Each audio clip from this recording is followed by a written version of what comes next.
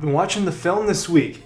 Georgia and Texas have played at the same time a lot this year, so I haven't really gotten a chance to watch Texas live. So I've been going back and watching the Longhorns so I can have a better perspective on what might happen this Saturday night when Georgia and Texas go out. And I want to focus on Georgia's defense versus Texas's offense for this video and kind of the things that I've seen.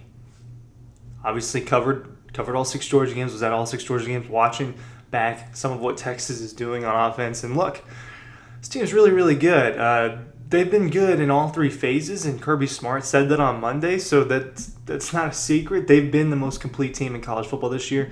But offensively, they've been very good, and they've been more dynamic than we thought. Look, I made a video back in August after Texas lost their RB1 and their RB2 for the season, and I titled it, "Did Georgia's chance to win the national championship just get a little bit easier?" Well, look, they haven't missed a beat at running back, so let's start there.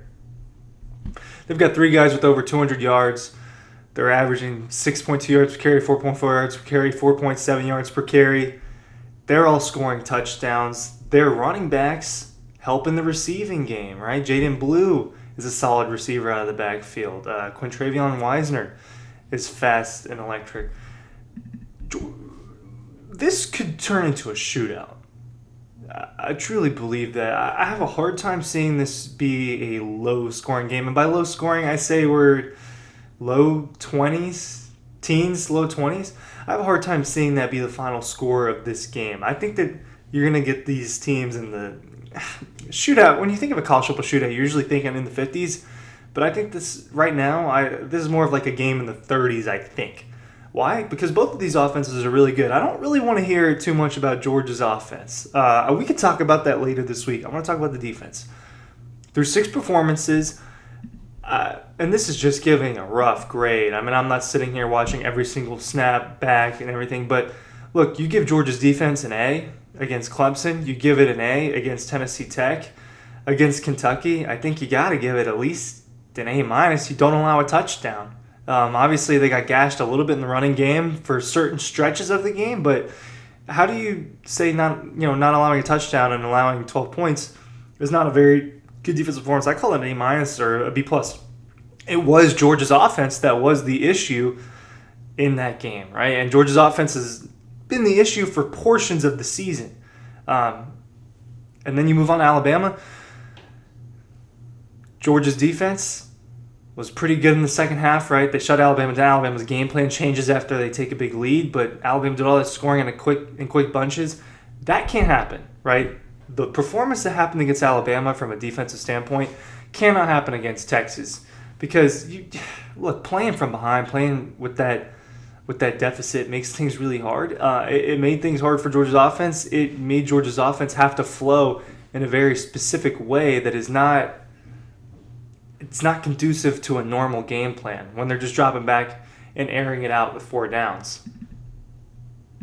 So you give Georgia's defense a C, right? Because for a long stretch of the game, that was really good. For the important parts of the game, it was really bad. And at the end, obviously, they allow that touchdown to Ryan Williams. But it's like a C performance. It wasn't an F because for such a big portion of the game, Georgia's defense played really well. The second half adjustments were really good.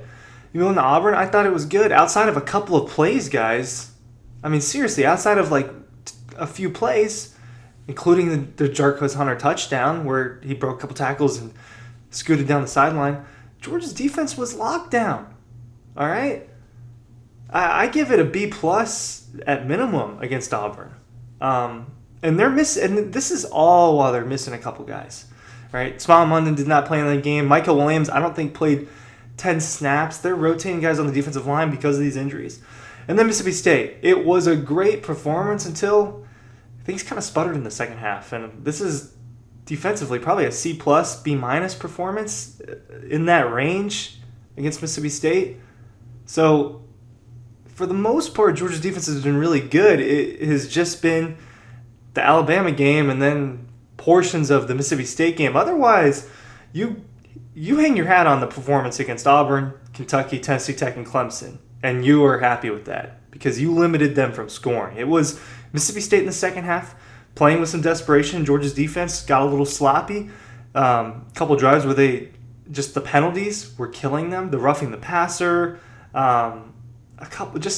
we're talking about a handful of plays that just completely changed it. And that's what happens in football. You cannot discredit the fact that those plays count and they are part of the game. But Georgia's defense is really good. Texas's offense, right? Because I came here to talk about it. It's going to be Quinn Ewers. Obviously, it's not Arch Manning, but my thing with Texas's offense is I think it's really, really, really good. They've got all the pieces, and I'm going to talk about some of their pieces, but they've got all of it. They haven't seen a defense as talented as Georgia's, as good as Georgia's. You made that same comment heading into the Alabama game, and you saw, hey, when the momentum is not all in Alabama's favor, it can be really good. Jalen Milroe and those running backs weren't super effective in the second half of that game. Yes, I understand. That's not coping. I don't. This is not a fan account, right? This is a media account. We are breaking things down. This is not, hey, we're going to sit here and just cheer on the Dogs, right? It's obviously Georgia-centered, but this is not cope. This is me telling the truth because I watch the game and I do this for a living. But with Texas, Quinn Ewers has improved, right? Completion percentage similar. 9 touchdowns and 3 interceptions in, 3+ games-ish, right? Has the injury. What has been really good about Quinn Ewers is his ability outside of the pocket. That's what I'm seeing consistently on tape really hurt defenses. Things break down, he gets around the corner of that pocket. He makes things happen with his arm. Texas has got really good receivers. And this has been a problem for Georgia going back in the past. We'll get to that in a second. Ryan Curley from Dawg Post talking about Texas's offense versus Georgia's defense, breaking down that matchup a little bit.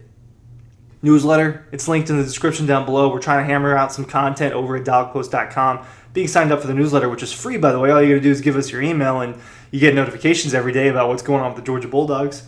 It's a great way to keep up with what's going on. This is a huge, huge week of college football, and it goes beyond just Georgia and Texas. Bama and Tennessee are playing. There are other solid games. Make sure you're keeping up with what's going on over at dawgpost.com. Best way to do that is with the newsletter I have linked down below. Silas Bolden, Ryan Wingo, Isaiah Bond. They've got all sorts of guys, and it's not just that. Remember when Georgia a couple years ago, or let's say 2021, had Brock Bowers, they had George Pickens, stuff. Let's look at them in the playoffs. Brock Bowers, George Pickens, Marcus Williams-Jackson, they had Aaron Smith mixed in there, A.D. Mitchell, Ladd McConkey. You got dynamic running backs, and you got a quarterback that can move around outside the pocket and make some throws. Yeah, that's the makeup of this Texas football team. It kind of reminds me of the 2021 Georgia offense a little bit in terms of the personnel that they have. Not necessarily the play calling and everything, but the personnel. Gunnar Helm is a very good tight end. This is a guy that can go up and get a 50-50 ball. He can get a 25-75 ball. He can break tackles. They use him. He is their second leading receiver. He is tied for the lead in receptions on the team. And his average catch goes for 14.8 yards. It's not normal for a tight end, right? This is Brock Bowers type of stuff. So the personnel on this Texas offense, to me, is elite. When you just go down the list and you look at it, word is out on Isaiah Bond, right? Dealing with an ankle injury, aggravated it in that Texas game last week.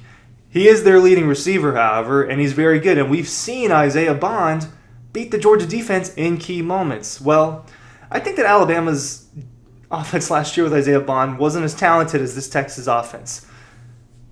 Is Georgia's defense up to the challenge? We saw moments of sputtering against Mississippi State. You see Daniel Harris get beat for a deep ball. You see Dalen Everett come up off of his guy when Van Buren is rolling outside the pocket, around the 30-yard line. It looks like, is he going to take off? Corner misses, they come off their assignment. They come up there trying to stop the run, and Van Buren beats Dalen Everett over the top and hits his receiver. Easy touchdown. Those moments can't happen, and they're more bound to happen against a Texas team that has, he's a future NFL quarterback. Whether he starts or not, the guy's going to get drafted in this upcoming draft. And I think that all of their weapons on the outside, including that tight end, are probably NFL guys. Silas Bolden is an absolute speedster. Not a guy that gets the ball a ton, but a guy that they use in screen games and deep balls, and he's going to be really good. Matthew Golden is a guy I forgot about. They're stacked, right? Georgia. You saw the defense play against the stacked offense in Alabama. Ryan Williams was good enough to make plays that were game-breaking, game-changing. I don't think they have anyone as good as Ryan Williams. Ryan Wingo is really good. Isaiah Bond's really good. I don't know that they have a Ryan Williams level player, but these are the types of teams and the types of offenses that have given Georgia problems for years, right? I mean, just dating back to Burrow, and think about C.J. Stroud and how they were able. What happened? If you don't get home, the quarterback's going to beat you. That's the type of offense this has. And that's when things are out of structure. When things are working in structure, you've got Steve Sarkisian, who's one of the best play callers and offensive designers out there in the sport. So to me, the battle really comes between Georgia's defense and Texas's offense. I understand Texas' defense has been pretty locked down. I think Georgia's offense is really good. I think that people, as lackluster some of these moments can be for the Georgia offense and frustrating moments you get with Arian Smith, frustrating moments in the run game, maybe you're frustrated with Mike Bobo at something. The offense has been delivering. The only game it didn't deliver was against Kentucky, and that is 1 out of 6. So if you're telling me a sixth of the product plus, a half here or there, I just have a hard time looking at it and being super concerned about Georgia's offense. It will be tough to score, but they're going to have to stop Texas from scoring. They're going to have to make stops. That was not happening during a long stretch of the Alabama game. Texas is better than Alabama, guys. And this is going to be at night again in an environment that hasn't had a game like this since 2005, 2006, since the Vince Young days. There hasn't been a huge game in Texas, so it's going to be hostile. I think it's important that they contain. I think it's important that they stick to their assignments. It's little stuff like that. It's not the whole thing. It's the little stuff that this Georgia defense has been capable of doing for years and has done for years, isn't doing on the consistent basis that it's doing as it was in the past this season. So that's my thing about this. I think Texas's offense is borderline elite. I think that there have been games where they've looked a little bit more sluggish than others, but for the most part they've delivered, and I think that they've got the personnel to beat a Georgia defense that has shown it's susceptible to high-level talent. Thanks for watching.